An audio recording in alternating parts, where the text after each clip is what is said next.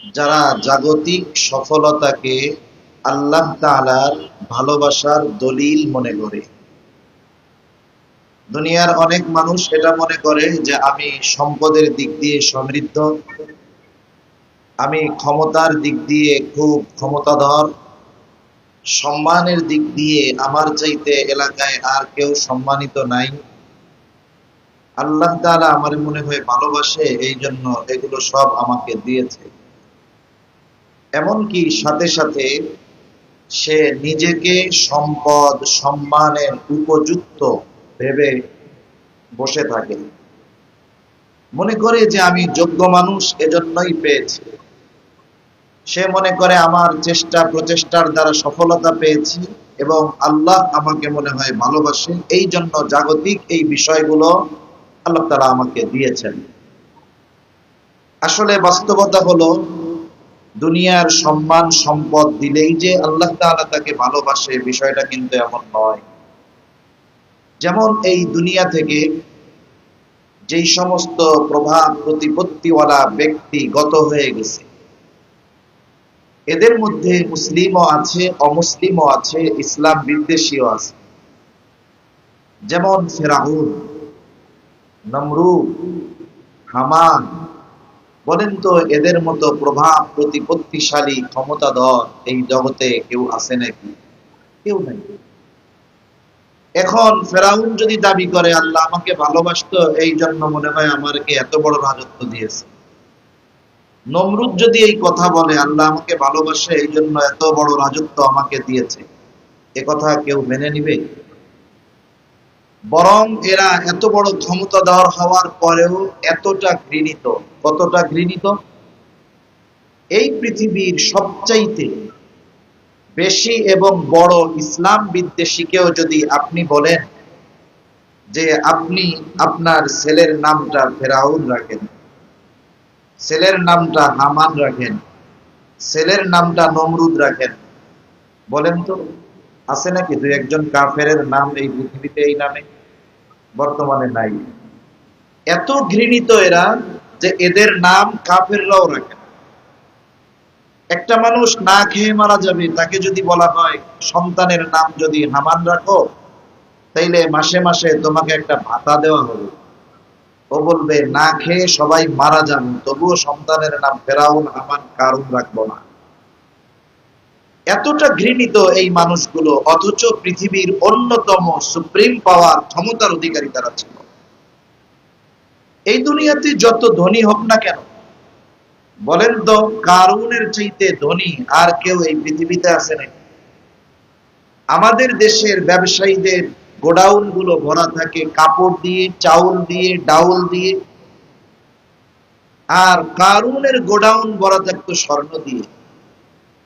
কারুনের এই গোডাউনের চাবি বহন করার জন্য একদল সুঠামদেহী যুবকের দরকার হইত, সম্পদ না, গোডাউনের চাবি। বলেন তো কারুনকে আল্লাহ মনে হয় খুব ভালোবাসে, এই জন্য সম্পদ দিয়েছে? এই পৃথিবীতে কেউ কারুন নামটা নিজের নাম অথবা সন্তানের নাম রাখতে রাজি নয়, সে এতটা ঘৃণিত। তার মানে আল্লাহ সুবহানাহু ওয়া তাআলা ভালোবাসলেই যে সম্পদ সম্মান ক্ষমতা দেন, বিষয়টা এমন নয়।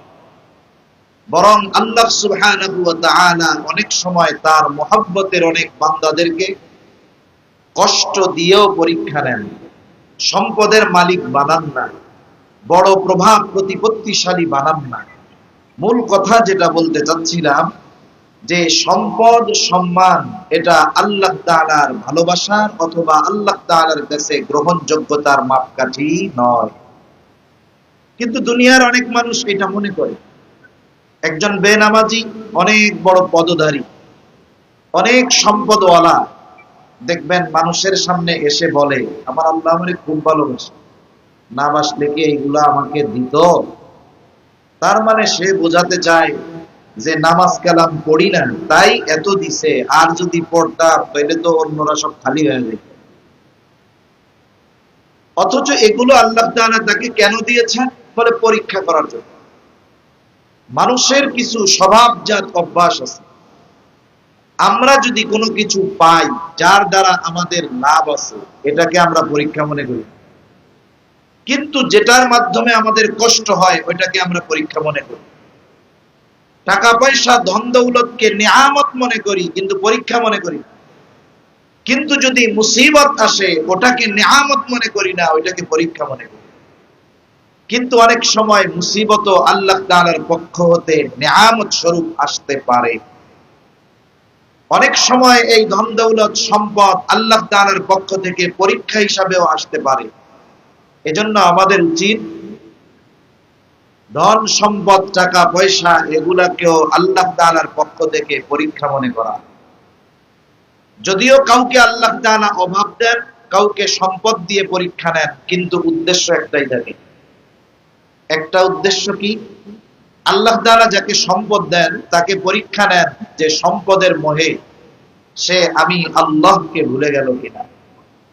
বিপদ দিয়েও আল্লাহ তাআলা পরীক্ষা নেন যে আমি আমার গোলামকে বিপদ দিলাম, এই বিপদে সে সাহায্যের জন্য আমি রবের দ্বারস্থ হয় কিনা। তাহলে উদ্দেশ্য এক, যে সে আল্লাহকে ভুলে গেল কিনা, আল্লাহ থেকে জুদা পৃথক বা দূরে সরে গেল কিনা। তা এই শ্রেণীর মানুষের কথা আল্লাহ তাআলা বলতেছেন, যেই মানুষগুলো মনে করে যে আল্লাহ তাআলা তাকে ভালোবাসে বিধায় সম্পদ সম্মান দেন এবং সে নিজেকে এগুলো পাওয়ার উপযুক্ত মনে করে। এ কথাই আল্লাহ তাআলা বলেন। আল্লাহ তাআলা বলেন, ফাআম্মাল ইনসানু ইযা মাবতালাহু রাব্বুহু ফাআকরামাহু ওয়া না'আমা ফায়াকুলু রাব্বি আকরামান। আল্লাহ তাআলা বলেন, ফাআম্মাল ইনসান ইযা মাবতালাহু রাব্বুহু ফাআকরামাহু ওয়া না'আমা। যখন মানুষের রব তার পরীক্ষা নেওয়ার জন্য ফাআকরামাহু ওয়া না'আমা তাকে সম্মানিত করে, নিয়ামত দেয়, ধন দৌলত টাকা পয়সা দেয়, উঁচু পদ পদবি দেয়, এই লোকটা তখন বলতে থাকে ফায়াকুলু রাব্বি আকরামান, আমার রব আমাকে সম্মানিত করেছে। তাফসীরের মধ্যে এসেছে সে কেমন যেন এটাও ভাবতে থাকে, বলতে থাকে যে আমি এই সম্মান সম্পদের উপযুক্ত ছিলাম বিধায় আল্লাহ তাআলা আমাকে দিয়েছে। তাহলে প্রথম কথা হলো আল্লাহ তাআলা সম্মান সম্পদ পরীক্ষা করার জন্য দেন। আবার যখন মানুষকে আল্লাহ তাআলা পরীক্ষা করার জন্য রিজিক সংকীর্ণতার মুখোমুখি দাঁড় করিয়ে দেয়, শত কোটি টাকার ব্যবসা মুহূর্তের ভিতরে শেষ হয়ে যায়, হাতছাড়া হয়ে যায়। অনেক বড় উঁচু সম্মান ছিল, পদ পদবি ছিল, কেড়ে নেওয়া হলো। আল্লাহ তাআলা বলেন, ওয়া আম্মা ইযা মাবতালাহু ফাকাদারা আলাইহি রিজকাহ, যখন পরীক্ষা নেওয়ার জন্য আল্লাহ তাআলা তার রিজিককে সংকীর্ণ করে দেয়। রিজক এটা ব্যাপক অর্থবোধক শব্দ, স্বাভাবিক অর্থ জীবন উপকরণ। এই জগতে চলতে যত কিছু লাগে সব কিছু রিজকের অন্তর্ভুক্ত। যখন আল্লাহ তাআলা পরীক্ষা করার জন্য তার রিজক সংকীর্ণ করে দেয়, ওই লোকটা তখন বলে ফায়াকুলু রাব্বি আহানা, আমার রব আমাকে অপদস্থ করেছে। তাফসীরের মধ্যে আসছে সে কেমন যেন বলতে চায় আমি সম্মান সম্পদের উপযুক্ত ছিলাম, কিন্তু আমার মালিক আমাকে দেয় না। অনেক সময় অনেক মানুষ এইরকম কথা বলে। কেমনে বলে? একটা উদাহরণ দিলে বুঝতে সহজ হবে। মনে করেন একজন নির্বাচনে দাঁড়াইছে, নির্বাচনে দাঁড়ানোর পরে তার ফিল্ড ভালো, মানে মোটামুটি তার যেই তথ্য সে টের পাচ্ছে যে সে এবার নির্বাচিত হয়ে যাবে। এখন ভাগ্যক্রমে সে নির্বাচিত হতে পারে নাই। নির্বাচনের পরে জনসভা একটা করছে, সে তখন বলে হায়রে হইয়াই গেছিলাম কিন্তু আল্লাহ আমার হইতে দিল না। কি বলে? আমি হইয়াই গিয়েছিলাম কিন্তু আমাকে আল্লাহ হইতে দেয় নাই। তার মানে না হওয়ার জন্য নাউজুবিল্লাহ দোষারোপ করে কাকে? এই মানুষগুলো বলে আমি এগুলোর উপযুক্ত ছিলাম কিন্তু আল্লাহ আমাকে দেয় নাই। এই যে সে বলল উপযুক্ত ছিলাম আমাকে আল্লাহ তাআলা দেয় নাই, তার মানে আল্লাহ তাআলার ব্যাপারে মিথ্যারোপ করেছে। আল্লাহ তাআলার ব্যাপারে কি করছে? অপবাদ দিছে। যে আমি উপযুক্ত ছিলাম, আমাকে আল্লাহ তাআলা দেয়নি। উপযুক্ত যে তাকে আল্লাহ দিলেন না, এটা দিলে বেইনসাফি হইল। আর আল্লাহ তাআলা তো বেইনসাফি কখনো করবেন না, ঠিক কিনা বলেন? স্বাভাবিকভাবে আমি আপনি যতই দুর্বল হই না কেন, কেউ যদি এমন কোন বিষয় আমার আপনার উপরে চাপিয়ে দেয়, এমন কোন বিষয়ে আমাকে আপনাকে দোষারোপ করে যে সেই বিষয়ের সাথে আমার আপনার সম্পৃক্ততা নাই, আমার আপনার ব্যাপারে যদি ওই বিষয়টা কেউ চাপিয়ে দিতে চায়, আমি আপনি যতই দুর্বল হই, তার ওই মিথ্যা অভিযোগের প্রতিবাদ আমরা করি, ঠিক কিনা? মনে করেন একজনের একটা জিনিস হয় নাই, বলুন তোমার জন্য হয়নি, তখন আমরা কি বলি? আরে মিয়া, আমার দোষ কোথায়? তোমার এই ত্রুটির কারণেই তো তোমার ওই সমস্যাগুলো হয়েছে, এরকম বলে না অনেক সময়? তাহলে দুনিয়ার একজন স্বাভাবিক মানুষকে যদি অন্যায়ভাবে কেউ দোষারোপ করে, লোকটা প্রভাবশালী হোক, ক্ষমতাশীল হোক আর দুর্বল হোক, এই মিথ্যা আরোপ, মিথ্যা অপবাদ সে মেনে নেয় না। সে তার সমগ্র শক্তি দিয়ে এই অপবাদের প্রতিবাদ করে। যখন ওই ধরনের মানুষগুলো আল্লাহ তাআলার ব্যাপারে বলে যে আমি সম্মান সম্পদের উপযুক্ত ছিলাম, কিন্তু আমার রব আমাকে দেয় নাই, আমাকে বঞ্চিত করেছে, আমাকে অপমানিত করেছে, তারা যখন নিজেদের উপযুক্ত দাবি করে রিজিক সংকীর্ণতার কারণে দোষারোপ করে আল্লাহ তাআলাকে, তখনই আল্লাহ তাআলা এর পরপরই তাদের কথার জবাব দিয়ে বলেন কাল্লা। আল্লাহ তাআলা বলেন কখনোই নয়, তুমি সম্মানের উপযুক্ত, সম্পদের উপযুক্ত, কিন্তু আমি আল্লাহ তোমাকে এইগুলা দেই নাই, তোমার রিজিক সংকীর্ণতা এসেছে, তুমি আমাকে দোষারোপ করতেছো, বিষয়টা এমন নয়, এমনটা কখনোই নয়। এরপরে আমরা কি বলি? বলি তোমার এই ত্রুটির কারণে তোমার এই মুসিবত গুলো হয়েছে। সাথে সাথে আল্লাহ তাআলা তার ব্যাপারে যে মিথ্যারোপ, এটার জবাব শক্ত ভাষায় দেওয়ার সাথে সাথে আল্লাহ তাআলা এই ধরনের মানুষের রিজিক সংকীর্ণতার কারণগুলোও স্পষ্টভাবে জানিয়ে দেন। প্রথমে আল্লাহ তাআলা বললেন কাল্লা, তোমরা উপযুক্ত প্রশস্ত রিজিকের আর আমি দেই নাই, এটা হতেই পারে না, কখনোই নয়। বরং কেন তোমাদের রিজিক সংকীর্ণতা? আল্লাহ রাব্বুল আলামিন এরপরে বলেন বাল্লা তুকরিমুনাল ইয়াতীম। বরং রিজিক সংকীর্ণতা কেন হলো? আল্লাহ তাআলা আয়াতগুলোর মধ্যে 4টি কারণ বর্ণনা করেছেন। বুজুর্গানে দ্বীন বলেন এই 4টি কারণ যার মধ্যে পাওয়া যাবে সে রিজিক সংকীর্ণতার মুখোমুখি হবে, আর এর বিপরীত বিষয়গুলো যার মধ্যে পাওয়া যাবে আল্লাহ রব্বুল আলামিন তাকে প্রশস্ত রিজিক দান করবে। আসলে পরিমাণের সাথে বরকতের কোনো সম্পর্ক নাই। আমরা যদি মনে করি মোটা অঙ্কের বেতন মানে মনে হয় রিজিক প্রশস্ত, আবার অল্প বেতন বা ওজিফা মানে রিজিক সংকীর্ণ, বিষয়টা এমন নয়। বরং আল্লাহ সুবহানাহু ওয়া তাআলা অনেকের রিজিকের ভিতরে এত বরকত দেন যে একেবারে অল্প কিছু পয়সায় সুন্দরভাবে শাহীভাবে তার মাস অতিবাহিত হয়ে যায়। আবার অনেকের বেতন অনেক, ব্যবসা অনেক বড়, জিজ্ঞাসা করলে শুধু সব সময় কপালে ভাঁজ, ব্যবসা ভালো না, মাস শেষে হুজুর 1 লাখ বেতন পাই, আরো 20,000 খরচ করা লাগে, বাচ্চা কাচ্চা 2টা, তাও আবার ইনকাম করে, তাও এনাদের চলে না। আবার দেখেন বাস্তবিক কথা হলো মাদ্রাসা মসজিদে যারা আছে এনাদেরকে যেই সম্মানী দেওয়া হয় এটার নামকাও আসতে দেওয়া হয়, এর যে পরিমাণ এটা বাস্তবে নিতান্তই কম। কিন্তু এর পরেও আল্লাহ তাআলা এই মানুষগুলো দ্বীনি খেদমতের সাথে থাকার কারণে অল্প হলেও সম্মানের সাথে আল্লাহ তাআলা চালিয়ে নেয়, ঠিক কিনা বলেন? এখন আবার এই বাহানা দিয়ে মসজিদের ইমামের বেতন কম দেওয়া যাবে না। অনেকে আসে দোয়া চাইতে আসে, হুজুর একটু দোয়া করে দেন। মানে উদাহরণ দিচ্ছি, কি হয়েছে? বলে মাস শেষে এত টাকা বেতন পাই হুজুর, এরপরেও আমার সংসার চলে না, লাখ টাকায় সংসার চলে না, 4 জনের ফ্যামিলি। আর হুজুর তার তো ফ্যামিলি প্ল্যানিং নাই, তার বাচ্চাই আছে 5-6 জন, ওনারা 2 জন, মা বাবা আছে, বেতন 15,000, 20,000, 25,000, 30,000। এখন চিন্তা করে যে এই একটা মোক্ষম সুযোগ বেতন বাড়ানোর, বলে আপনার এত টাকায় চলে না, তাইলে আমার বেতনটা একটু বাড়াই দেন না, হুজুর আপনাদের টাকায় বরকত আছে। এই যে সুন্দর কথা, এটা হলো চিটিংবাজি মার্কা কথা। এটা বাস্তবিক অর্থে ওনার ওজিফা বা সম্মানী না বাড়ানোর। আল্লাহ তাআলা এনাদের আয়ের ভিতরে অনেক দিক দিয়ে বরকত দেন, ওই দিকে আমি আমার কথায় যাব না।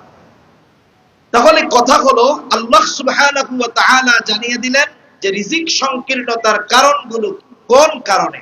আর বুজুর্গানে দ্বীন বলেন এই কারণগুলো যদি কারো মধ্যে থাকে তাহলে তার রিজিকের মধ্যে সংকীর্ণতা আসবে, আর যদি এর বিপরীত বিষয়গুলো তার মধ্যে থাকে আল্লাহ তাআলা তার রিজিককে প্রশস্ত করে দিবে। সুবহানাল্লাহ।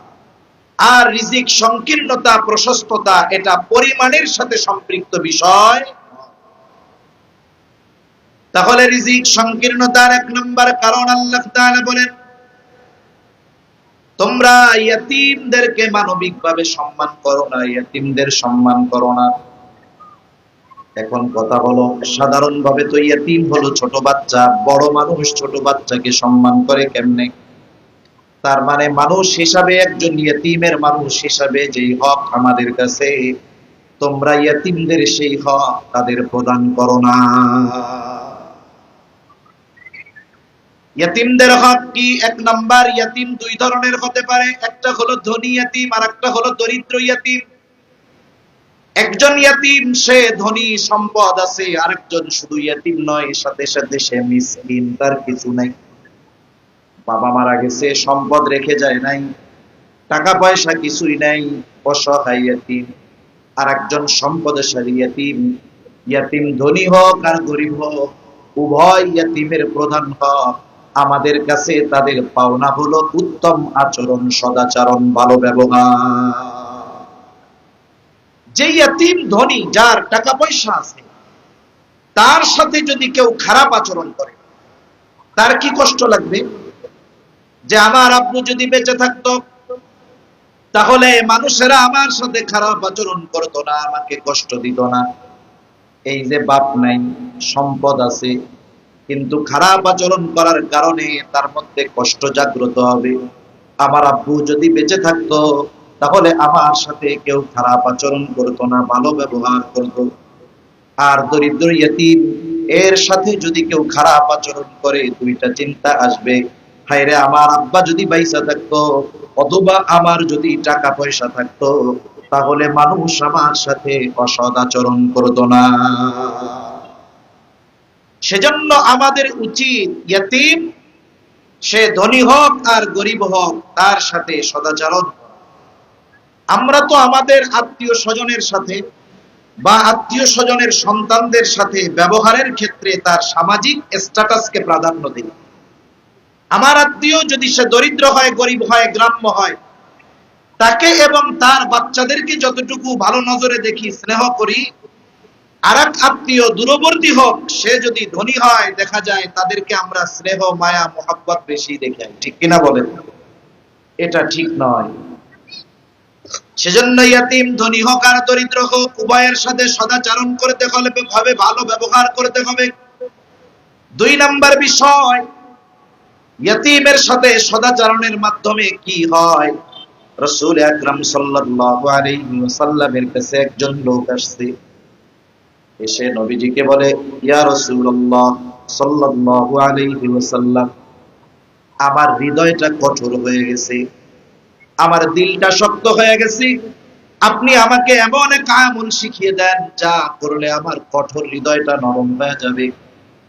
মানুষ যদি কঠোর হৃদয়ের হয়, রুক্ষ স্বভাবের হয়, তাহলে ওই মানুষ চেহারার দিক দিয়ে যত সৌন্দর্য তার থাকুক না কেন, শিক্ষাগত যোগ্যতা যত তার মধ্যে থাকুক না কেন, কিন্তু ওই কঠোর হৃদয়, রুক্ষ স্বভাবের মানুষের কাছে মানুষ যেতে চায় না। কিন্তু লোক যদি কালো হয়, দেখতে সুন্দর না, কিন্তু দিলটা নরম, তার ভাষা সুন্দর, তাহলে মানুষ তার কাছে যায়। এরকমও বলে, ভাই রে, চেহারা কালা হইলে হবে কি, দিলটা একেবারে সাদা ধবধবা পরিষ্কার। আর যদি কঠোর হৃদয়ের হয় তাহলে তার সমালোচনা করে, বলে দেখো লোকটার চেহারা সুন্দর কিন্তু ভিতরে কালা আর কালা।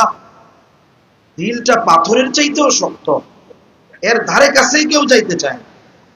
এজন্য আল্লাহ তাআলা দয়া করে আমার আপনার নবীর দিলকে নরম বানায় দিয়েছিলেন, যার কারণেই তো নবীজির কাছে সবাই আসতো। নবীজির কাছে সব ধরনের মানুষ আসতো, কিন্তু সবাই তো নবীজির ক্ষেত্রে যেভাবে তাজিম করার দরকার বুঝতো না। এজন্য গ্রামের কিছু মানুষ আইসা এমন আচরণ করত যেটা অন্যান্য দেবের কাছে মনে হইতো যে এটা বেয়াদবি হয়ে গেছে। এজন্য আল্লাহ তাআলা বলেন, আল্লাহ দয়া করে আপনার দিল রে নরম বানাইছে, এই জন্যই তো এরা আসে। যদি আপনি কঠোর স্বভাবের হইতেন, দিলটা আপনার কঠিন হইতো, তাহলে এরা কি করতো? লান ফাদ্দু মিন হাওলিক, এরা আপনার আশেপাশে থাকতো না। সুতরাং এরা তো আপনারে মহব্বত করে, হয়তো এদের অজ্ঞতার কারণে কিছু ত্রুটি বিচ্যুতি হয়ে যায়। এজন্য কি করবেন? ফাফু আনহুম ওয়াস্তাগফির লাহুম, আপনি তাদের মাফ করবেন এবং তাদের জন্য আপনি আমার কাছে ক্ষমা চাইবেন। সুবহান। তাহলে দিল যদি নরম হয়, এই লোকটা আসলে ভালো, তাই না? তাহলে নবীর জামানার লোক একজন আইসা বলতেছে যে আমার দিল শক্ত হয়ে গেছে, আমার একটু আমল শিখায়া দেন, কি করলে দিলটা নরম হবে। তাই ১৫০০ বছর পরে আমাদের দিলের হালত কি? আমাদের দিলের হালত হলো এরকম, একজন পানিতে পড়ে মরে যাচ্ছে, আরেকজন অ্যাক্সিডেন্ট করছে, ঘরে আগুন লেগে গেছে। কি কাজ ছিল? বলে ভাই, যে পানিতে পড়ে মরে যাচ্ছে, দৌড় লাফ দিয়া পানির মধ্যে তুমিও ঝাঁপায়া পড়ো, যদি সাঁতার পারো তাকে টাইনা তুইলা। আগুন ধরছে, আরে তুমি বালতি নিয়ে পানি আইনা পানি মারো, যতটুকু চেষ্টা করো আগুন নিবে কিনা। একজন অ্যাক্সিডেন্ট করছে, আরে তুমি তারে নিয়ে তাড়াতাড়ি ডাক্তারের কাছে যাও। কি করবে? আগে মোবাইল বাইর করে এটার ভিডিও দিবে, এরপরে কি হয় তারপরে। এই যে আচরণটা, এটা আমাদের শক্ত দিল হয়ে গেছে যে এর একটা প্রমাণ। মানুষের মুসিবত, মানুষের বিপদ আমাদের কাঁদায় না। ফিলিস্তিনের নিরহ শিশুদের ওই যে মরণাস্ত্রের আঘাতের যে আত্মচিৎকার, এটা আমাদের হৃদয়কে নরম বানাতে পারতেছে। এটা গোটা পৃথিবীর আনাচে কানাচে তাদের আত্মচিৎকার পৌঁছিয়ে যাচ্ছে। কাফেরদের কথা বাদ দেন, ২০০ কোটি মুসলমানের হৃদয়ে রেখাপাত করতে পারতেছে না, ঠিক কিনা বলেন? আমাদের দিলের অবস্থা এরকম। অথচ হাজ্জাজ বিন ইউসুফ কত বড় জালেম ছিল। হায় হায়, রাজা দাহিরের বিরুদ্ধে একটা মেয়ের আহ্বানে ওই সুদূর আরব থেকে মুহাম্মদ বিন কাসিমকে পাঠিয়ে দিয়েছে। একটা মজলুম নারীর আর্তনাদ জালেম পাষাণ হৃদয়ের অধিকারী হাজ্জাজ বিন ইউসুফের অন্তরে রেখাপাত করেছে। কিন্তু ফিলিস্তিনের ১.৫ লক্ষের বেশি নির্যাতিত মজলুম শিশু, নারী, বৃদ্ধ, পুরুষ যারা শাহাদাত বরণ করেছে, যারা পুঙ্গুত্ব বরণ করেছে, রক্তে রঞ্জিত হয়েছে, এদের আত্মচিৎকার আমাদের হৃদয় পর্যন্ত পৌঁছাতে পারতেছে না। তাহলে আমাদের হৃদয়ের অবস্থাটা কি? তাহলে নবীর যুগের একজন মানুষ এসে নবীজিকে বলতেছে আমার দিলটা শক্ত হয়ে গেছে, একটু আমল শিখায় দেন। কি আমল করলে আমার দিলটা নরম হবে? নবীজি তাকে বললেন, ইমসাহ রাসাল ইয়াতীম ওয়া আত'ইমিল মিসকিন। নবীজি বলেন, তুমি ইয়াতীমের মাথায় হাত বুলায় দাও, মিসকিনকে খানা খাওয়াও, তোমার শক্ত দিল আল্লাহ তাআলা নরম বানায় দিবে। তাহলে ইয়াতীমের সাথে সদাচরণ করা, এটা ইয়াতীমের অন্যতম হক। এখন যদি আমাদের কারো অধীনে কোনো ইয়াতীম থাকে, আমাদের ঘরে যদি কোনো ইয়াতীম থাকে, হতে পারে ভাই মারা গেছে, ভাতিজা আছে ঘরে, এখন এই ইয়াতীমের সাথে কেমন আচরণ করতে হবে? হাদিসের মধ্যে আসছে, নবীজি বলেন, ওই ঘর কতই না উত্তম ঘর, যেই ঘরে একজন ইয়াতীম আছে আর তার সাথে সদাচরণ করা হয়, ভালো ব্যবহার করা হয়। আর ওই ঘর কতই না নিকৃষ্ট ঘর, যেই ঘরে একজন ইয়াতীম আছে আর তার সাথে অসৎ আচরণ করা হয়। এই জন্য বুজুর্গানে দিন বলেন, যে ঘরে ইয়াতীম আছে, ইয়াতীমের সাথে ভালো ব্যবহার করা হয়, ওই ঘর আল্লাহ তাআলা রহমত বরকত দিয়া ভরপুর করে দেয়। আর যেই ঘরে ইয়াতীম আছে, অসৎ আচরণ করা হয়, ওই ঘর থেকে আল্লাহ তাআলা রহমত বরকত উঠায় নিয়ে যায়। দেখেন, ইয়াতীমকে ভালো খাওয়ানোর কথা বলা হয় নাই, ইয়াতীমের সাথে ভালো আচরণের কথা বলা হয়েছে। আপনার আমার ঘরে যদি কোনো ইয়তিম থাকে, ওই ইয়তিমকে আপনি যত ভালো খাওয়ান, কিন্তু আচরণ যদি খারাপ করেন, এই ভালো খাওয়ায় কোনো লাভ নাই। কিন্তু আপনি তাকে খাওয়ান পান্তা ভাত, 3 বেলা পেট পুরে খাবার পায় না, কিন্তু ওর সাথে ভালো আচরণ করা হয়, বলেন তো সে কি ভালো খাবার পেয়ে খারাপ ব্যবহারে খুশি হবে, নাকি সাধারণ খাবার পেয়ে ভালো ব্যবহারে খুশি হবে? নিঃসন্দেহে ভালো ব্যবহারে খুশি হবে। এজন্য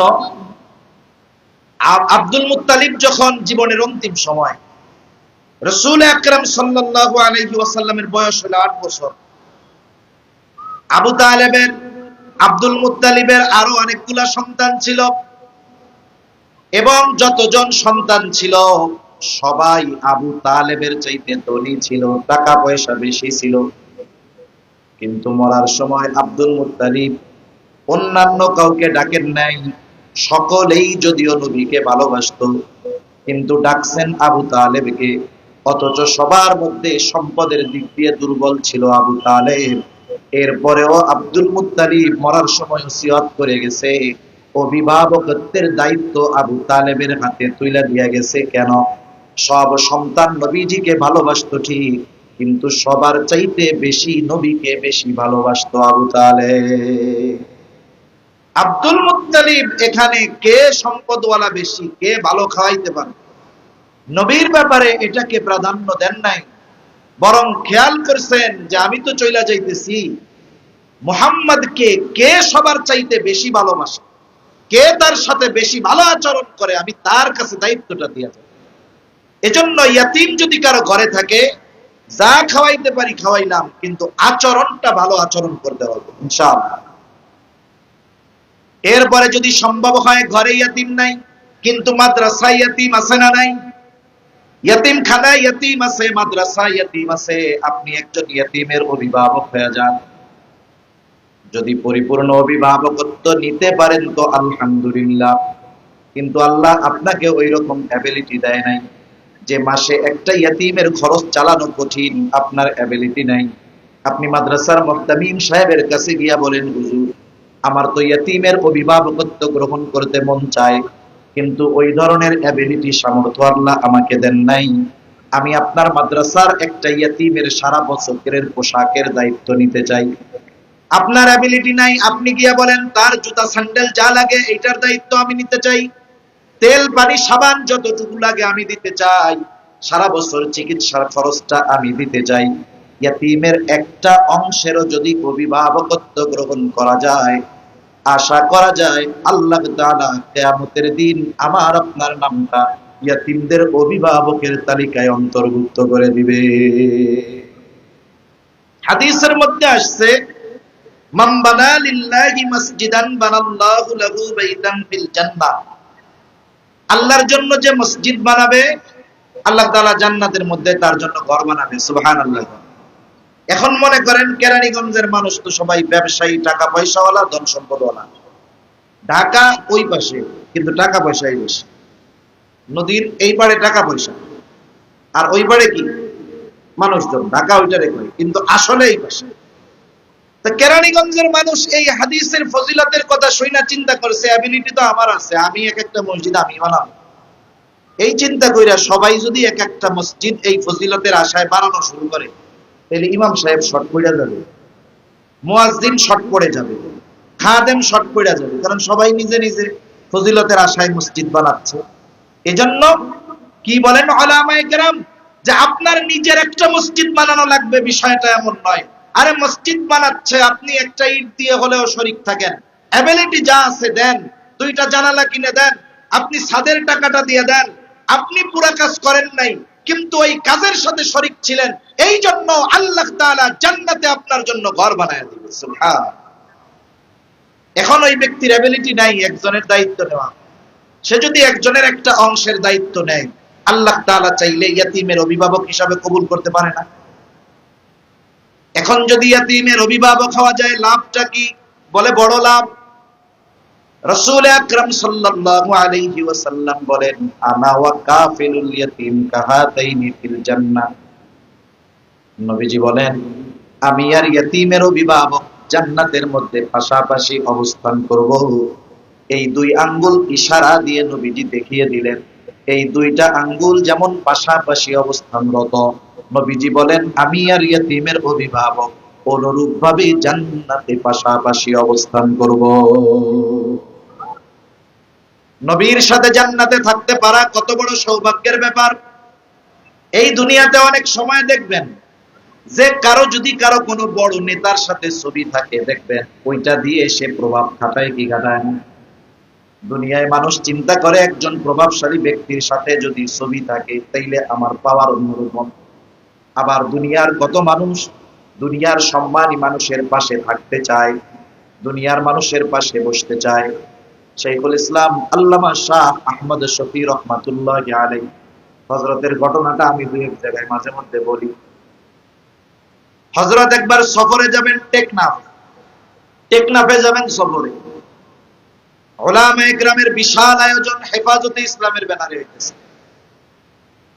টেকনাফের একজন বড় শিল্পপতি, এই শিল্পপতি একজন ভালো মানুষ, উলামায়ে কেরামকে মহব্বত করে, অবৈধভাবে আবার টাকা পয়সা উপার্জন করে।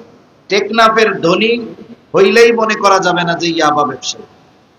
ওই জায়গায় ভালো মানুষ অনেক আছে, অনেক বড় বড় মাছ ব্যবসায়ী আছে, ক্লিয়ার করার দরকার নেই। সমুদ্রের ভিতরে তাদের অনেক ট্রলার থাকে। আজীব এক বিষয়, সমুদ্রের মধ্যে এক ধরনের মাছ পাওয়া যায়, ওই মাছের পেটের মধ্যে সুতার মতো একটা থাকে, সুতা।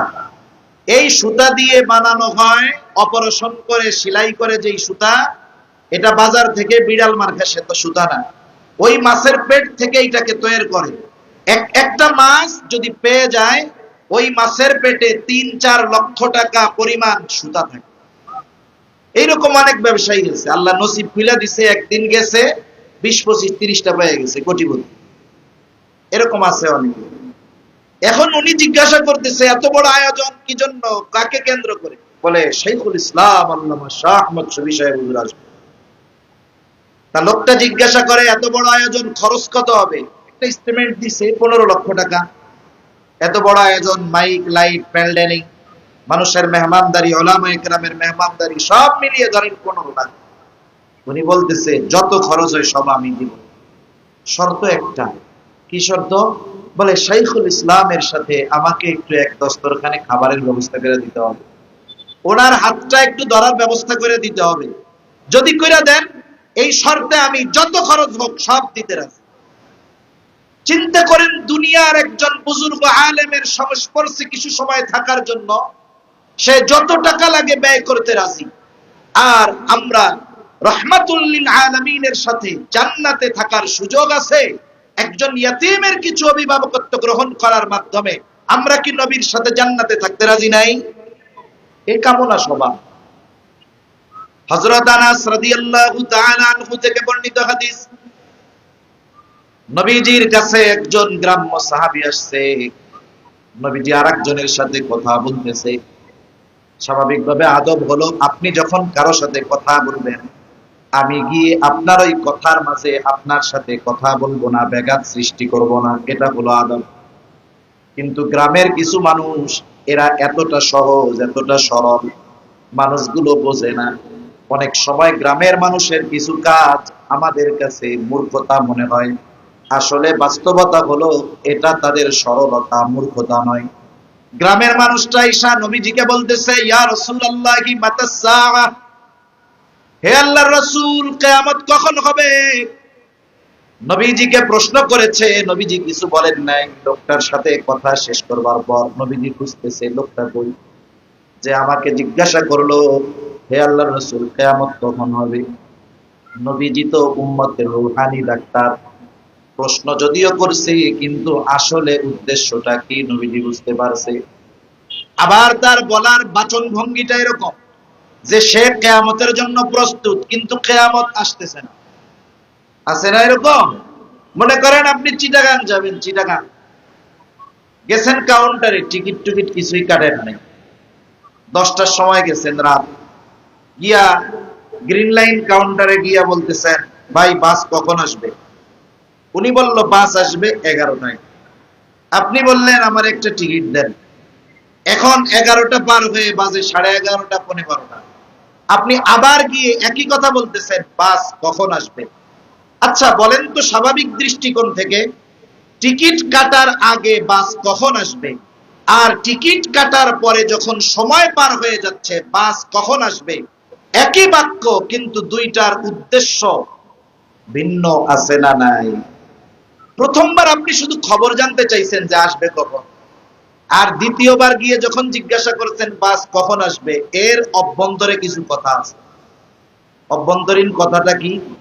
আরে মিয়া, 11টার সময় বাস আসার কথা, বাজে 11:30 12:30, এখনো বাস আসে না কেন? এটাই তো মূল কথা। তার মানে আমরা যাওয়ার জন্য প্রস্তুত, সময় পার হয়ে যাচ্ছে, বাস আসে না কেন? বাক্য একই, কিন্তু দেখেন অবস্থা, সময়, বাচনভঙ্গির পরিবর্তনের কারণে এই শব্দ বা এই বাক্য অর্থ ভিন্ন অর্থ প্রদান করে। তা উনি বলছে যদিও কিয়ামত কখন আসবে, কিন্তু নবী বুঝতে পারছে যে সে কিয়ামতের খবর জানার জন্য জিজ্ঞাসা করে নাই, তার উদ্দেশ্য ভিন্ন কিছু আছে।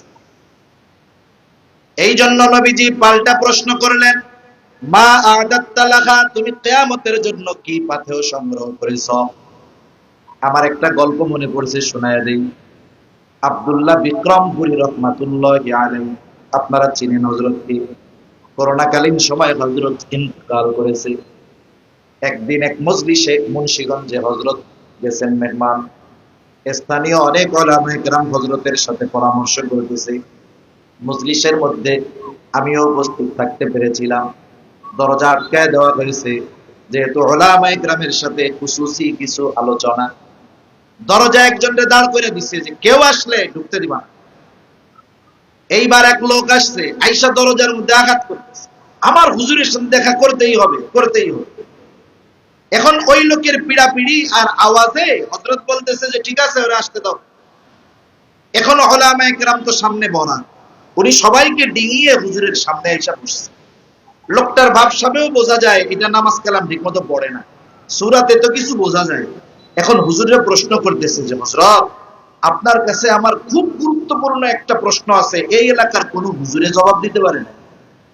জটিল প্রশ্ন, কোন হুজুর জবাব দিতে পারে নাই। কি প্রশ্ন? কয় আমার রাসূল সাল্লাল্লাহু আলাইহি ওয়াসাল্লামের সব শ্বশুর শাশুড়ির নাম জানা দরকার। এখন কোন তো এটা কোনো প্রশ্ন হইল?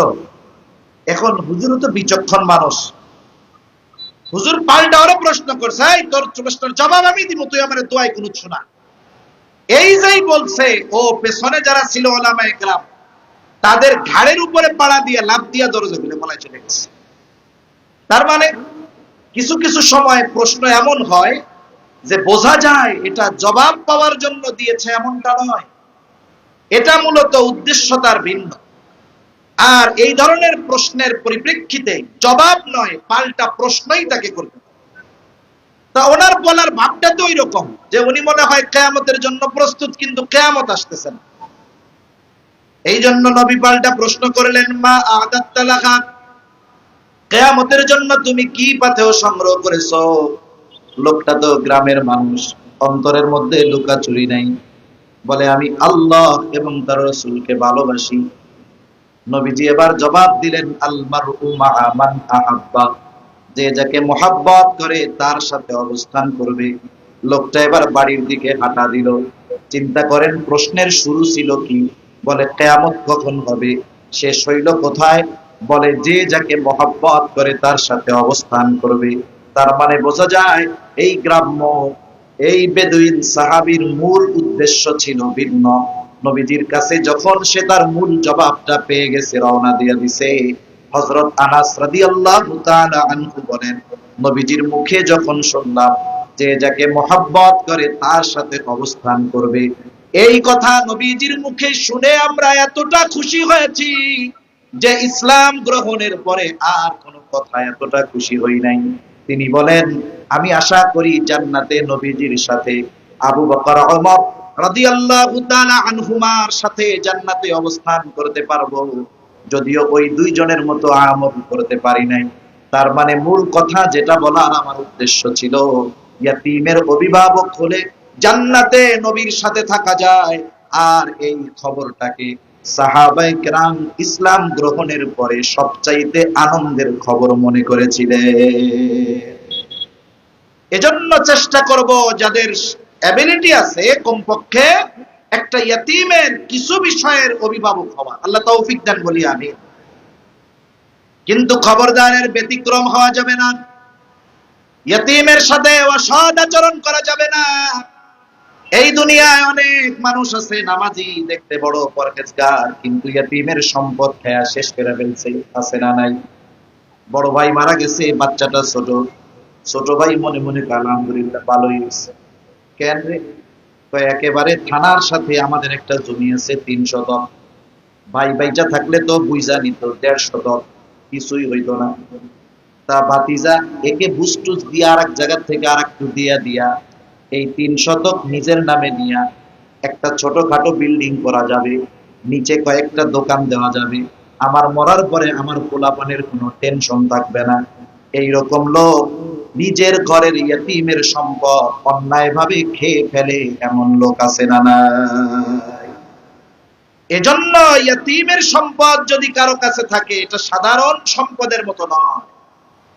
এমনিই তো অন্যায়ভাবে কারো সম্পদ ভক্ষণ করা এটা বড় জঘন্য খারাপ, কিন্তু ইয়তীমের সম্পদকে আল্লাহ তাআলা আগুনের সাথে উপমা দিয়েছে। এজন্য আল্লাহ তাআলা বলেন, ইন্নাল্লাযীনা ইয়াকুলুনা আমওয়ালাল ইয়াতামা যুলমান ইন্নামা ইয়াকুলুনা ফী বুতুনিহিম নারা ওয়া সায়াসলাউনা সাঈরা। আল্লাহ তাআলা বলেন, নিশ্চয়ই যারা অন্যায়ভাবে ইয়তীমের সম্পদ ভক্ষণ করে, ইন্নামা ইয়াকুলুনা ফী বুতুনিহিম নারা, তারা কেমন যেন আগুন দিয়ে তাদের পেট ভরপুর করে। নিঃসন্দেহে আগুনের স্থান হলো জাহান্নাম। এই জন্য আল্লাহ তাআলা জানায় দেন, অচিরেই তাদের আবাসস্থল হবে জাহান্নাম। এজন্য আমার আপনার অধীনে যদি কোনো ইয়তীম থাকে, খবরদার কোন ইয়তীমের সম্পদ ভক্ষণ তো করবই না। এই দুনিয়ায় একটু কম খাইলাম তাও ভালো, আখিরাতে যেন অন্যেরটা খেয়ে ধরা না পড়া লাগে। কারণ কি, কিয়ামতের দিন সবচাইতে নিঃস্ব হবে ওই ব্যক্তি। নবীজি বলেন, দুনিয়ায় যার আমলের অভাব ছিল না, কিন্তু দুনিয়ায় অন্যের হক, অন্যের সম্পদ মেরে খাওয়ার বদ অভ্যাস তার ছিল। এজন্য আমরা দুনিয়া থেকে যাওয়ার সময় চিন্তা রাখবো যে এই দুনিয়া থেকে যাওয়ার সময় আমার কাছে যেন কেউ কোনো ধরনের হক প্রাপ্য না থাকে। এই চিন্তা শুধু আমাদের থাকলে হবে না, নবীজির এই চিন্তা ছিল না? নবীজি দুনিয়া থেকে যাওয়ার আগে সাহাবায়ে কিরামকে উপস্থিত করে বলেছেন যে আমার কাছে যদি কেউ কোনো পাওনা থাকো চেয়ে নাও, সেটা যে ধরনের পাওনা হতে পারে। তাহলে আমাদেরও চিন্তা করা দরকার যে আমল যদি কম হয়, আল্লাহ তাআলা চাইলে আখিরাতে মাফ করে দিতে পারে, কিন্তু আমি যদি অন্যের হক নষ্ট করে যাই, তাহলে ওই ব্যক্তি যতক্ষণ আমাকে ক্ষমা করবে না, ততক্ষণ আল্লাহ আমাকে ক্ষমা করবে না। তাহলে আলোচনার লম্বার প্রয়োজন নাই। রিজিক সংকীর্ণতার 1 নাম্বার কারণ আল্লাহ তাআলা বলেন, ইয়তীমদেরকে সম্মান করো না। উদ্দেশ্য কি? ইয়তীমদের সাথে সদাচরণ করো না, ইয়তীমের হক প্রদান করো না, উল্টা ইয়তীমের সাথে অসদাচরণ করো, তার হক তোমরা ভক্ষণ করে ফেলো। 2 নাম্বার, আল্লাহ রাব্বুল আলামিন বলেন, ওয়ালা তাহাদ্দুনা আলা তুআমিল মিসকিন, তোমরা অপরকে, মিসকিনকে অন্ন দানে উৎসাহ দাও তো না, বরং নিরুৎসাহিত করো। এখানে আল্লাহ তাআলা দ্বিতীয় দোষটাকে উল্লেখ করছেন। আর দ্বিতীয় দোষ উল্লেখ করার দ্বারা প্রথম দোষ তার মধ্যে পাওয়া যায়। তাহলে মূল কথা কি? যে তোমরা নিজেরা ইয়তীম মিসকিনদের খানা দাও না এবং অপরকেও উৎসাহ দাও না। দ্বিতীয় কথা বলার দ্বারা প্রথমটা এর মধ্যে অন্তর্ভুক্ত হয়ে গেছে। অথচ মিসকিন অসহায় মানুষকে খানা খাওয়ানো ফজিলতের কাজ। সাধারণভাবে খানা খাওয়ানো ফজিলতের কাজ। রাসূলুল্লাহ সাল্লাল্লাহু আলাইহি ওয়াসাল্লামের কাছে একজন লোক এসে জিজ্ঞাসা করতেছে, আইয়ুল ইসলামি খায়র, ইসলামের মধ্যে উত্তম আমল কোনটা?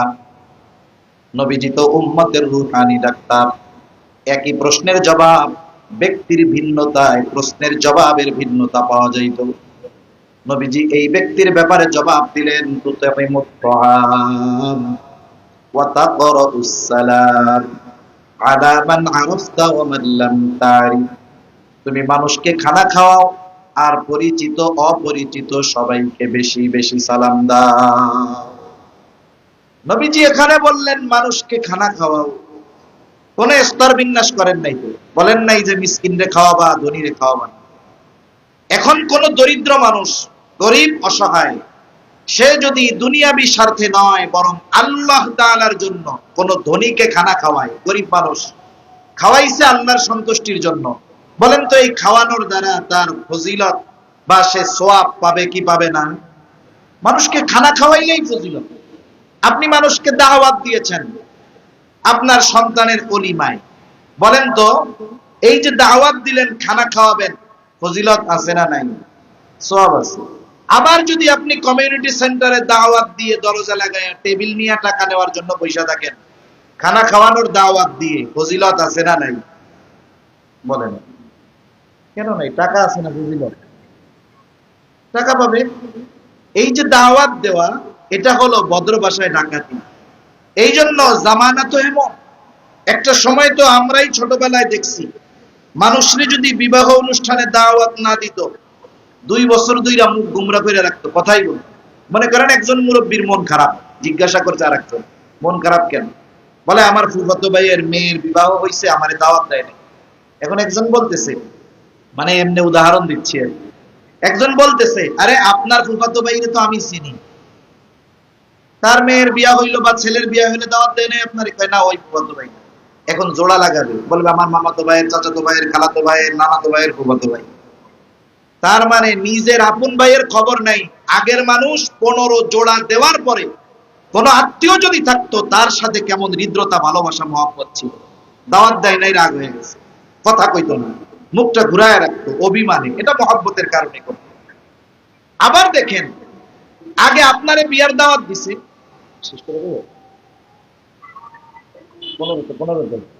আবার দেখেন বিয়ার দাওয়াত দিছে।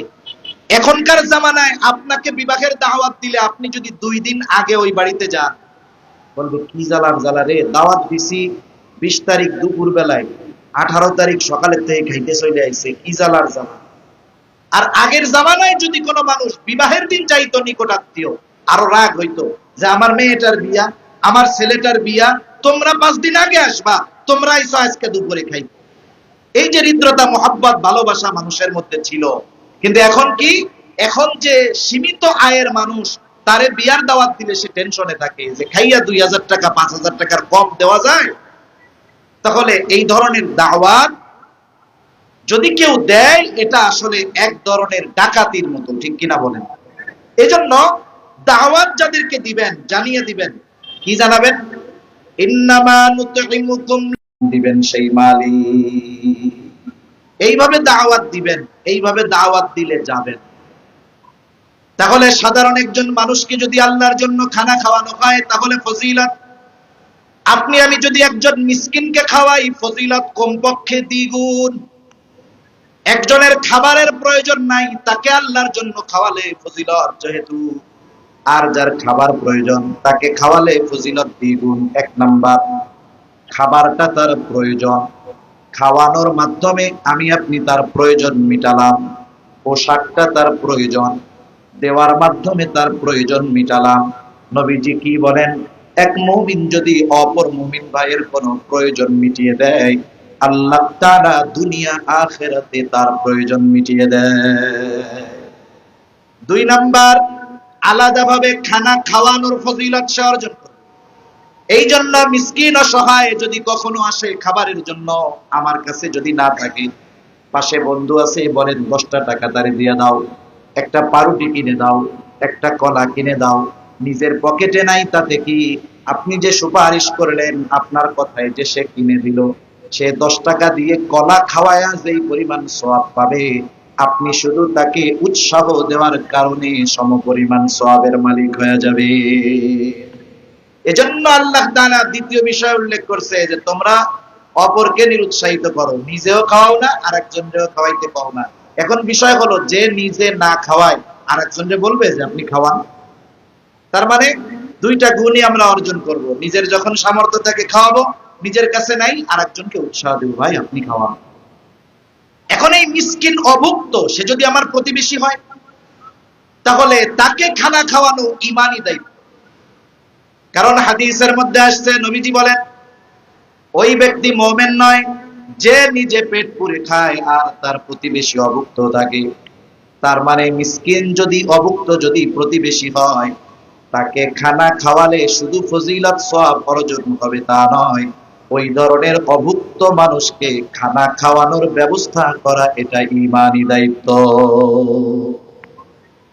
এজন্য আল্লাহ তাআলা জানিয়ে দিলেন, ওয়ালা তাহাদ্দুনা আলা তুআমিল মিসকিন, তোমরা মিসকিনদেরকে খানা প্রদানে অপরকে নিরুৎসাহিত করো।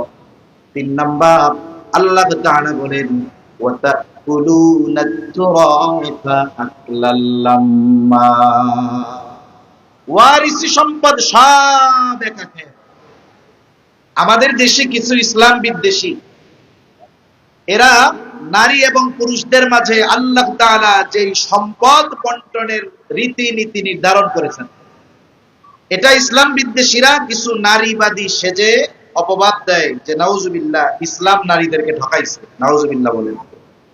ওরা তো ইসলাম বিদ্বেষী এই জন্য বলে, কিন্তু কত নামাজি হাজি সে যে নিজের ভাইয়ের, নিজের চাচার, নিজের বোনের সম্পদ হজম করে ফেলতেছে, এটা যাই বুঝুন। আগে ইসলাম নারীকে যতটুকু সম্পদ দিয়েছিল, অনেক জায়গায় তো নারীকে ওইটা থেকেও বঞ্চিত করা হয়, ঠিক কিনা বলে? বাবা মারা গেছে, বাবা মারা যাওয়ার পরে ছেলে বড়, দায়িত্ব কি? সে বাবার দাফন কাফনের ব্যবস্থা করবে, এরপরে বাবার যদি কোনো ওসিয়ত থাকে ওসিয়ত পূরণ করবে, ঋণ যদি থাকে ঋণগুলো শোধ করবে। এরপরে বাবার রেখে যাওয়া সম্পদের, সমুদয় সম্পদের 3 ভাগের 1 ভাগ সর্বোচ্চ এই পরিমাণ যদি কোনো ওসিয়ত করে যায়, এই ওসিয়তটা সে পূরণ করবে।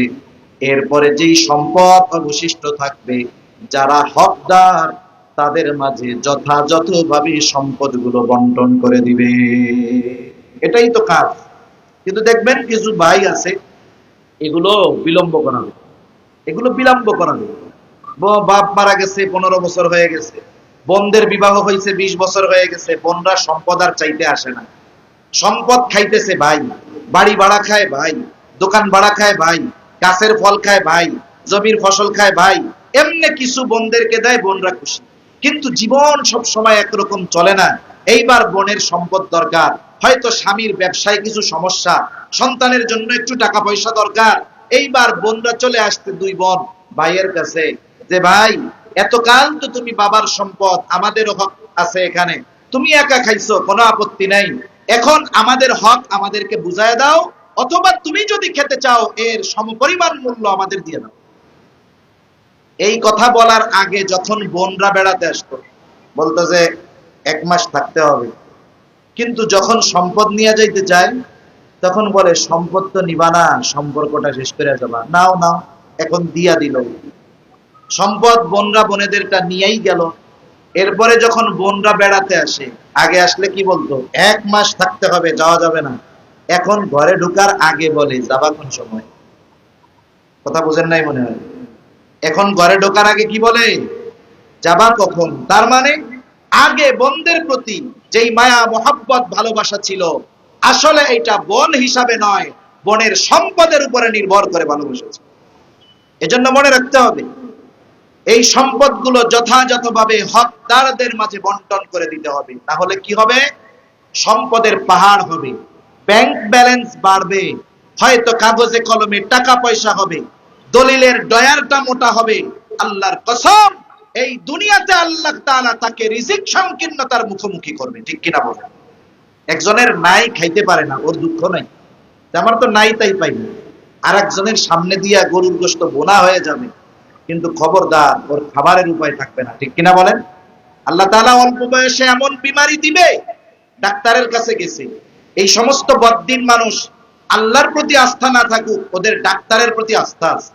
আর ডাক্তারের কাছে যাওয়ার পরে ডাক্তার টেস্ট মেস্ট দিয়া বলতেছে যে হায় রে, আপনি তো এই পৃথিবীর শ্রেষ্ঠ শ্রেষ্ঠ রোগগুলো আক্রান্ত হয়েছে। কি বলে? আপনার ডায়াবেটিস 30, আপনার কিডনি প্রায় ড্যামেজ, আর হার্ট যে কয়টা ব্লক হয়েছে আপনার মরতে বাকি আছে।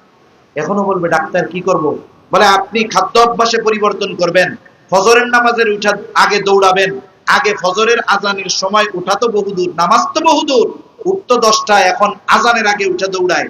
আগে ডাক্তার যখন বলছে এখন শুনে, আগে শুনতো না। এরপরে ডাক্তার বলতেছে আপনার খাওয়া দাওয়ায় পরিবর্তন আনতে হবে। কি খাবো ডাক্তার? বলে আপনি আলা চাউলের জাউ খাবেন। জাউ চিনেন? আলা চাউল চিনেন তো? আতপ চাউলের জাউ। এখন আপনার তো হাই প্রেসারও আছে, এখন আপনার এক কাজ করতে হবে, এই আতপ চাউলের জাউ যে খাবেন এর মধ্যে লবণও দিতে পারবেন না। এখন বলেন তো, গ্রাম অঞ্চলে মাঝে মধ্যে ভাতের মাঠ আর ওর মধ্যে ভাত দিয়ে লবণ দিয়ে গরু ছাগলকে মাখায় দেয়, একেবারে খুব মজা করে খায়। কিন্তু বাড়ির মালিক, গরুর মালিক, সে যদি কোনোদিন ভুলক্রমে ওই ভাতের মাড় আর ভাতের মধ্যে লবণ না দেয়, বিশ্বাস করেন একটা জিহ্বা দিয়ে চাটা দেওয়ার পরে ও মুখ ঘুরাইয়া যাবে। এটা খাওয়া যায়? মানে গরু ছাগল কি বলবে, ধুর, এটা খাওয়া যায়? আর আল্লাহ তাআলা ওর আছে, কিন্তু আল্লাহ তাআলা ওকে এমন অবস্থায় ফালাবে যে তুমি খাবা আলা চাউলের যাও, কিন্তু লবণও দিতে পারবে না। এরকম লোক আছে না নাই সমাজ? এজন্য মনে রাখতে হবে, অন্যের সম্পদ নিজের আয়ত্তে এনে ওই যে ফাইল বাড়ি করা যায়, কিন্তু বাস্তবিক অর্থে দুনিয়ায় তো ভোগ করাই যায় না, আর আখিরাতে তার পরিণতি কি হবে আল্লাহই ভালো। এখন লাস্টে আল্লাহ তাআলা বলেন 4 নম্বর সমস্যা কি? বলে ওয়াতুহিব্বুনাল মালা হুব্বান জাম্মা। একেবারে পরিপূর্ণ মালের মুহাব্বত, গোটা হায়াতের চিন্তাই কেমনে শুধু মাল কামানো যায়, জীবনের চিন্তাধারাই সম্পদ উপার্জন করা, পুঁজিবাদী চিন্তা ভাবনা। মাল কামানো নিষেধ নয়, কিন্তু দিনকে বাদ দিয়ে যে মাল কামাবে সে তো ধ্বংস হয়ে যায়। এজন্য দিন ঠিক রেখে বৈধ পন্থায় যারা মাল কামায়, সম্পদ কামায়, দেখবেন এদের সম্পদ দ্বীনি কাজে ব্যয় হয়। এই যে মাদ্রাসা, মসজিদ, মানবতার কল্যাণে, মানুষের জন্য, ইয়াতিমদের জন্য, অসহায় ব্যক্তিদের জন্য যারা ব্যয় করে, মসজিদ বানিয়ে দেয়, মাদ্রাসা বানিয়ে দেয়, এই যে কোটি কোটি টাকা তারা মাদ্রাসায় দেয়, মসজিদে দেয়, এই লোকগুলো তো টাকাওয়ালা। খোঁজ নিয়ে দেখবেন এই লোকগুলো দিনকে ঠিক রাখছে, দিন ঠিক আছে। এবার আল্লাহ তাআলা তাদেরকে অঢেল সম্পদ দিচ্ছে এবং এই সম্পদগুলো ভালো কাজে ব্যয় করতেছে, ঠিক কিনা বলে? আর যেগুলো বদ্দিন, কোটি টাকা কামাই করে কিন্তু তাদের এই টাকা দ্বীনি কাজে ব্যয় হয় না। এজন্য মালের মোহাব্বত এটা বড় কঠিন এক রোগ। সেজন্য দিন ঠিক রেখে বৈধ পন্থায় যদি কেউ সম্পদ উপার্জন করে কোটিপতি হয়, তাহলে কোনো অসুবিধা নাই। যেমন নৌকা চলার জন্য তো পানির দরকার। একজন খুব শানদার এক নৌকা বানাইছে, একেবারে খুব দেখতে সুন্দর, কিন্তু রাইখা দিছে সমান জায়গায়। ওই নৌকার মজা সে উপভোগ করতে পারবে না। নৌকা যদি চালাতে চায় তাহলে পানি দরকার। এখন পানির সাথে নৌকার মুনাসাবাতটা কত দেখেন। কিন্তু একটু ব্যতিক্রম যদি হয়ে যায়, ওই পানি নৌকার তলায় নয়, যদি নৌকার মধ্যে চলে আসে তাহলে কি হবে? নৌকা ধ্বংস হয়ে যাবে। অনুরূপ ভাবে দুনিয়ায় চলার জন্য মাল দরকার, কিন্তু এই মালের মোহাব্বত যদি কাউকে গ্রাস করে বসে তাহলে তার দুনিয়া আখিরাত উভয়টাই বরবাদ হয়ে যাবে, ঠিক কিনা? এজন্য দুনিয়ায় যারা দিন বাদ দিয়ে মাল উপার্জন করে, অধিকাংশ মানুষ দেখবেন শুধু উপার্জন করে কিন্তু ভোগ করতে পারে না। দুনিয়ায় তো ভোগ করতে পারেই না, আর আখিরাতের জন্য তো তার কোনো কিছুই নাই। সেজন্য আমরা ইতিম, মিসকিন, অসহায় যারা আছে, ইতিমদের সাথে ভালো আচরণ করব, মিসকিনদেরকে খানা খাওয়াবো। আমার কাছে যদি কারো সম্পদ থাকে, সেটা ওয়ারিসি সম্পদ হোক আর অন্য যা কিছু হোক, যিনি হকদার তাকে আমি আপনি ফিরিয়ে দিব। 4 নাম্বার, আল্লাহর মোহাব্বত দিলের মধ্যে বেশি গাঁথাবো। দুনিয়ার মোহাব্বত অন্তর থেকে, মালের মোহাব্বত অন্তর থেকে দূর করব। তাহলে কি হবে? বুজুর্গানে দিন বলেন, এইগুলো যদি করা যেতে পারে তাহলে দুনিয়ার মধ্যে আল্লাহ তাআলা তাকে প্রশস্ত রিজিক দান করবে। সুবহানাল্লাহ বলেন। আমরা আল্লাহর কাছে দোয়া করি না, আল্লাহুম্মা রযুকনা রিজকান ওয়াসিআ, আল্লাহ আপনি আমাদেরকে প্রশস্ত রিজিক দান করেন। প্রশস্ত রিজিক যদি পেতে হয় দোয়া তো করতেই হবে, সাথে সাথে এই কথাগুলোর উপরেও খেয়াল রাখতে হবে। আল্লাহ তাআলা আমাদের কথাগুলো বুঝবার, আমলের কথাগুলো আমল করবার তৌফিক দান করেন। আমিন।